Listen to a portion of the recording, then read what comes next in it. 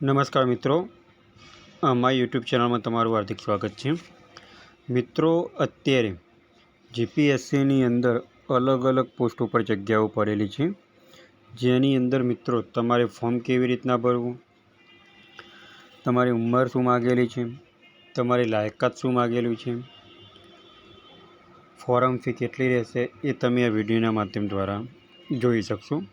તો મિત્રો, સૌપ્રથમ તમે અમારી ચેનલ ઉપર નવા હો તો અમારી ચેનલને સબસ્ક્રાઈબ કરી લેજો અને બાજુમાં આપેલ બે આઇકોનને ક્લિક કરી લેજો, જેથી કરીને રોજ નવા વિડીયોની નોટિફિકેશન તમને મળતી રહે।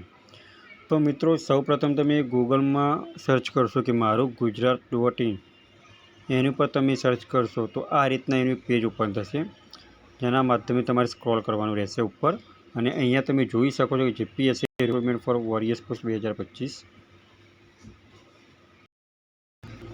એના ઉપર તમે ક્લિક કરશો તો આ રીતની એક આખી પોસ્ટ ઓપન થશે। તો મિત્રો, તમે જોઈ શકશો કે GPSC recruitment for various post 2025 એટલે કે ગુજરાત પબ્લિક સર્વિસ કમિશનની અંદર 2025ની અંદર અલગ અલગ પોસ્ટ ઉપર જાહેરાતો પડેલી છે। હવે તમે જેમ સ્ક્રોલ કરતા જશો એમ તમને માહિતી પણ અહીંયા મળતી જશે અને આપણે વિડીયોના માધ્યમ દ્વારા પણ માહિતી મેળવીશું। તો અહીંયા મિત્રો તમે જોઈ શકો છો કે રિક્રુટમેન્ટની અંદર ગુજરાત પબ્લિક સર્વિસ કમિશન એટલે કે જીપીએસસી, જેની અંદર અલગ અલગ પોસ્ટ ઉપર જગ્યાઓ પડેલી છે અને આ કુલ થઈને 111 જગ્યાઓ છે અને આ પોસ્ટ માટેનું job location all over India રહેશે। હવે આ ફોર્મ ભરવાના ચાલુ થઈ ગયા છે મિત્રો, અને આ ફોર્મ ભરવાની છેલ્લી તારીખ 22/1/2025 છે અને આ ફોર્મ તમારે ઓનલાઈન ભરવાનું છે। હવે મિત્રો, આપણે વાત કરીએ કે કઈ કઈ પોસ્ટ ઉપર જગ્યાઓ પડેલી છે, તો અહીંયા મેન્શન કરેલી છે પોસ્ટ કે સંશોધન અધિકારી ગુજરાત આંકડાકીય સેવા વર્ગ 2, deputy nursing superintendent Gujarat nursing સેવા વર્ગ 2ની પડેલી છે, લેક્ચરર ફિઝિયોથેરાપીની પડેલી છે, મહિલા અધિકારી ઔદ્યોગિક સલામતી અને સ્વાસ્થ્ય વર્ગ 2 માટેની જગ્યા પડેલી છે, બાગાયત અધિકારી વર્ગ 2 માટેની જગ્યા પડેલી છે અને સ્ટેનોગ્રાફર ગ્રેડ 1 અંગ્રેજી સ્ટેનોગ્રાફર વર્ગ 2 માટેની જગ્યા પડેલી છે। આમ થઈને કુલ 111 જગ્યાઓ છે। હવે મિત્રો, આની અંદર લાયકાત શું માગેલી છે, તો મિત્રો લાયકાત આની અંદર તમારે પોસ્ટ વાઇઝ માગેલી છે અને આથી લાયકાત તમારે ગ્રેજ્યુએશન, મિનિમમ તમે ગ્રેજ્યુએશન ધરાવતા હોવા જોઈએ। જે મિત્રો ગ્રેજ્યુએશન ધરાવે છે તે મિત્રો પણ આ જગ્યાઓ ભરી શકે। અને મિત્રો, બીજી વધારાની માહિતી પણ જો તમારે જોઈતી હોય તો તમે એડવર્ટાઇઝમેન્ટ પર ક્લિક કરશો, ત્યાંથી પણ તમને વધારાની માહિતી મળી શકશે। તો અહીંયા મિત્રો તમે જોઈ શકશો કે અહીંયા તમને કેટેગરી વાઇઝ પણ જગ્યા આપેલી છે કે કઈ કેટેગરીમાં કુલ કેટલી જગ્યાઓ છે। જો મિત્રો આની અંદર જો તમને સમજણ ના પડે તો તમે એપ્લાય નાઉ ઉપર ક્લિક કરશો તો એની અંદર પણ તમને માહિતી દર્શાવેલી હશે। તો અહીંયા તમે એપ્લાય નાઉ ઉપર ક્લિક કરશો તો તમને અહીંયા પણ જોઈ શકો છો કે અલગ અલગ પોસ્ટ માટેની અલગ અલગ જગ્યાઓ આપેલી છે, જે તમને કઈ તારીખ સુધી ફોર્મ ભરવાનું છે, કેટલા સમય સુધી ફોર્મ ભરવાનું છે અને ફોર્મ ફી કેટલી છે તમે અહીંયા જોઈ શકો છો। આપણે ફોર એક્ઝામ્પલ થાય કે કોઈ પણ એક ભરતી જાહેરાત લઈ લઈએ, પોસ્ટ માટેની જાહેરાત લઈ લઈએ કે આપણે GPSC stenographer grade 1 English stenographer માટે લઈ લઈએ અને અહીંયા બાજુમાં તમે એપ્લાયની બાજુમાં તમને ડિટેલ આપેલી છે, એ ડિટેલ ઉપર તમે ક્લિક કરશો તો તમારી ડિટેલ ઓપન થશે। તો મિત્રો, તમે અહીંયા જોઈ શકો છો કે જાહેરાત ક્રમાંક 107/2024, જગ્યાનું નામ છે સ્ટેનોગ્રાફર ગ્રેડ 1 અંગ્રેજી વર્ગ 2। આના માટેની તમારે પ્રાથમિક ટેસ્ટ પણ તારીખ આપેલી દીધી છે 5/5/2025, ઓક્ટોબર 2025। એના પછી જે લોકો લેખિત પાસ કરશે પ્રાઇમરી એને મુખ્ય આપવા મળશે, એની પણ આપી દીધી છે કે ઓગસ્ટ 25 જાન્યુઆરી 2026 સુધી। અને જે લોકો મેઇન એક્ઝામ પાસ કરશે એ લોકો માટે રૂબરૂ એટલે કે ઇન્ટરવ્યૂ બોલાવવામાં આવશે, એ લેવાશે ફેબ્રુઆરી 2026ની અંદર। તો હવે મિત્રો, અહીંયા પણ તમે જોઈ શકો છો કે કેટેગરી વાઇઝ કુલ કેટલી જગ્યાઓ અહીંયા આપેલી છે, દર્શાવેલી છે, એ તમે અહીંયા નોટિફિકેશન વાંચીને તમે ભરી શકો છો। હવે મિત્રો, વયમર્યાદાની વાત કરીએ તો અહીંયા વયમર્યાદાની પણ છૂટછાટ આપેલી છે, 5 વર્ષની પણ વયમર્યાદા છૂટછાટ આપેલી છે જે લોકો એસટી કેટેગરી ધરાવે છે તેવા લોકો માટે। અહીંયા પરીક્ષાની પણ તમને માહિતી અહીંયા આપેલી છે કે કુલ ગુણ 100 માર્ક્સનું પેપર રહેશે, 2 કલાકનો સમય રહેશે, એવી તો આ જગ્યા માટેની તમને માહિતી આપેલી છે, જે તમારે આ તમે નોટિફિકેશન વાંચીને કરી શકશો। હવે આની અંદર મિત્રો તમે જોઈ શકો છો કે એજ્યુકેશન ક્વોલિફિકેશન શું માગેલું છે, એટલે કે લાયકાત તમારી શું માગેલી છે।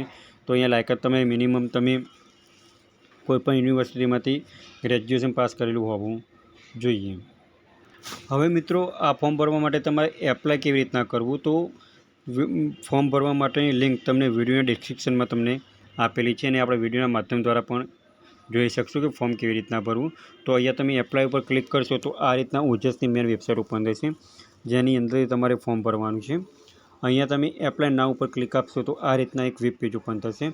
જો તમે ઓજસ ઉપર રજિસ્ટ્રેશન કરેલું હોય તો તમારે અહીંયા રજિસ્ટ્રેશન નંબર અને બર્થ ડેટ લખવાની રહેશે, અને જો તમે ના કરેલા તો સ્કીપના માધ્યમથી પણ તમે ફોર્મ ભરી શકશો।